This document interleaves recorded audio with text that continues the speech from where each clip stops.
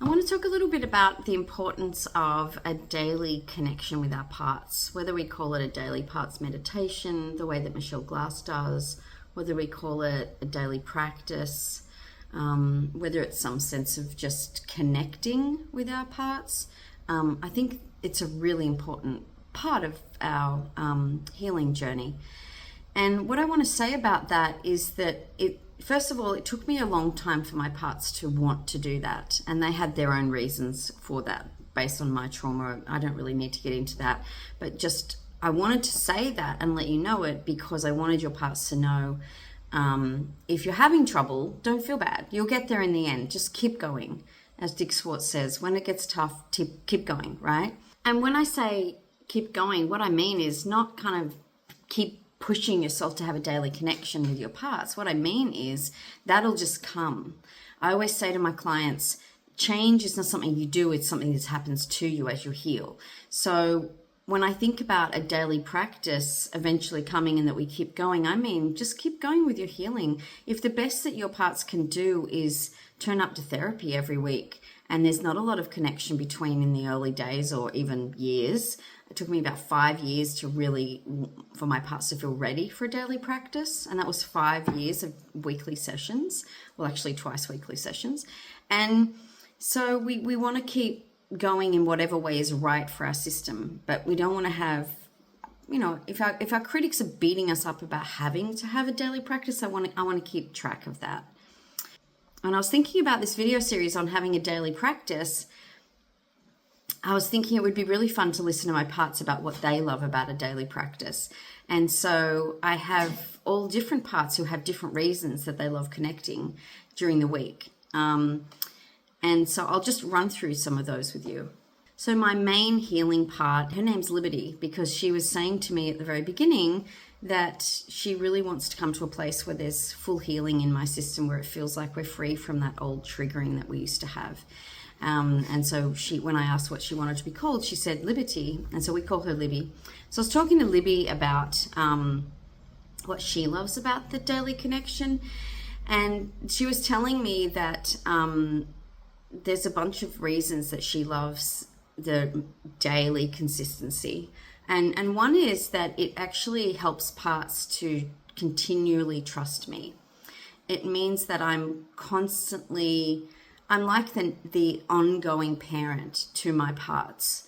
I'm not just popping in every now and again and don't have a relationship. I'm actually connected in a way that my parts are starting to actually know who I am and trust me. She also said, so this is Libby still, said that it allows the whole system sort of to get to know each other, right? So I'm connecting with broadly everyone in my system in a way that I connect with each individual part, but I also connect with, is there anyone today who really needs something? And that way I kind of get to know the voice of each part, so that when something is going down for me, I can literally go, I'm feeling this in my body, I know who this is. So that's the reason Libby really likes a daily connection, or a meditation or a relational space, whatever you want to call it. I also have other parts who like the daily connection because it's an opportunity for me to check on anything that happened during the day. Sometimes I'll feel a rise from something that someone said to me, and I'm pretty good. I have great managers and I can easily just flip that off and ignore it. Those managers can take over and say, don't worry about that. That person didn't mean anything by it, or they can sort of try and minimize what was happening. But if I can really slow down, whether in the moment, if I have space, or whether it's during my set aside time that I do my daily practice, then I can check what happened in that moment and what meaning did you make about it. So I'll give you an example of what that might look like. And I need to give you a little bit of an explanation about that first. So the first thing is, I have parts who have a lot of attachment needs based on my own wounding from my childhood. I didn't have a lot of good attachment. And so I have parts who still do the little bit of scanning and things can land on them in ways that don't feel good. So this morning I had sent something to a friend of mine that was very tender. It was a song that my parts were listening to that speak about some of my healing journey. And my friend just put kind of like a thumbs up on it. And it just wasn't really what my young ones were looking for. They were really hoping for something that was an actual response from that friend that I sent it to, so that it felt that they were seen and gotten, right? That it's like, this is a very tender place. It's something really beautiful to my system, that my parts, this song is really meaningful and my parts feel seen if someone sees me. And when I got a thumbs up, it was kind of like what I got to hear inside. I felt a reaction first, and I got to hear inside, it's so unfair. I'm always available for other people. I always respond with a really heartfelt response. Why can't people do that to me too? And so I checked in and I was like, okay, what happened in that moment? Who's here? Because what I hear is kind of a sort of a part who judges someone else, a part who compares, and a part who almost is starting to go down the track of, well, I'm going to not be as caring to that person, right? So I can hear this like defensiveness, this planning for the future to not give my heart away so much so that I don't get hurt when people don't give it back, which is not actually who I want to be. But that's kind of, the balls start to roll, right? Like that. So if I can take a moment to check with not only noticing those parts, like it makes sense my protectors do that, but then come back to who are they protecting, okay? And then I turned towards that little one who wanted to share something really tender and be seen in the way that my mother never could with me. And I mean, my other family members, there was no chance. My mother was the only person who was the slightest bit able to do that, but was really, had her own trauma, and so very rarely able to in the way that I needed. And so this little one missed out, multiple little ones, but this one today. And so for me, what I did was slow down and just went, of course that hurt. Of course you were looking for that. And I wonder if you can look at me and see that I have that love for you and I have that acknowledgement. And then we work out from there, do I talk to my friend or do I not? And that's something that I have to negotiate inside. But that's just, I suppose, an example for you about a way that I might check in during the day. And that's one of the other facets of why my parts love having a daily check-in. I have another part whose name is Lucy, and Lucy is a young part who, when I was a child, I was the third in the family, but there was a large gap between me and the older children, and so I have this young part who I grew up kind of being cute and adorable, and so she has this internalized seeking, constant seeking for that kind of affirmation of, oh my gosh, isn't she cute? And so she can have a lot of energy towards that, needing that filled up. She's a protector. She protects other younger ones that I have not fully unburdened yet. And so she loves, when I was asking her, what do you love about the daily practice, Lucy? She said, because you're consistently adoring of me and all of these little ones inside.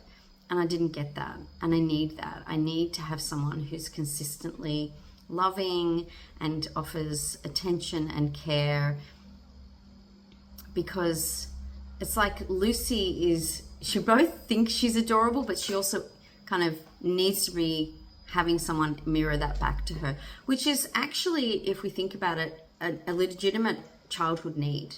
All children actually go through a period where they need to be mirrored, and if they have that need met, then it becomes internalized inside of themselves. And my parts never got that. So it's this beautifully corrective experience to offer that to them over and over and over,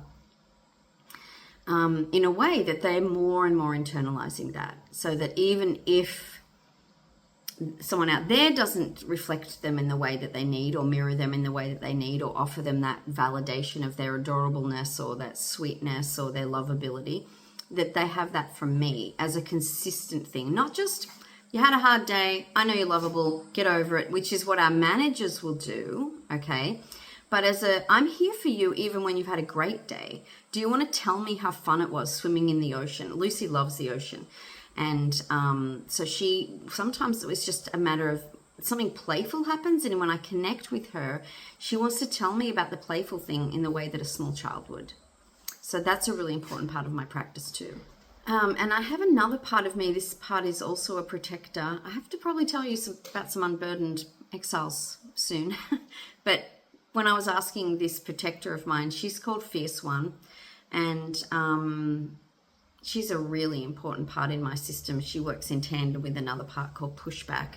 Pushback's kind of older and Fierce One's much younger.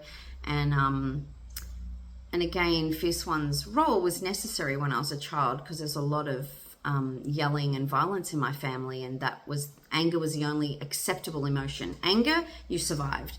Fear and sadness and neediness were punished. So anger was like an acceptable emotion, and so my little fierce part was the little fighter. And when I was asking Fierce One what she likes about the daily connections, she doesn't trust me yet, and so she's learning to. And she has this funny thing that she does where she side eyes me, where she's kind of like, all right, yeah, maybe you're all right, I don't know. And then she's like, I kind of like you. And then recently she told me, I love you, I just don't trust you yet.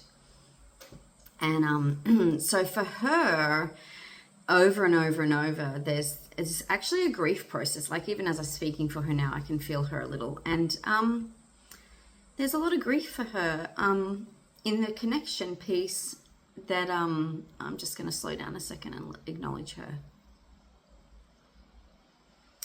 That our daily connection is something really important to her because she never had that, and she hasn't had a trustworthy person in her life that she can really turn towards. So for Fierce One, we're slowly going through the unburdening process of multiple parts that she protects. And during that process, I am now connecting with the parts post-unburdening that she protects as well as Fierce One. So I do a dual check-in with my parts. One is with the unburdened exiles, who are now reclaimed and in their, have their reclaimed qualities. And also with Fierce One, how is it for you now? And she's just telling me there's still more. But there's something really important about this ongoing piece around her saying, just not yet.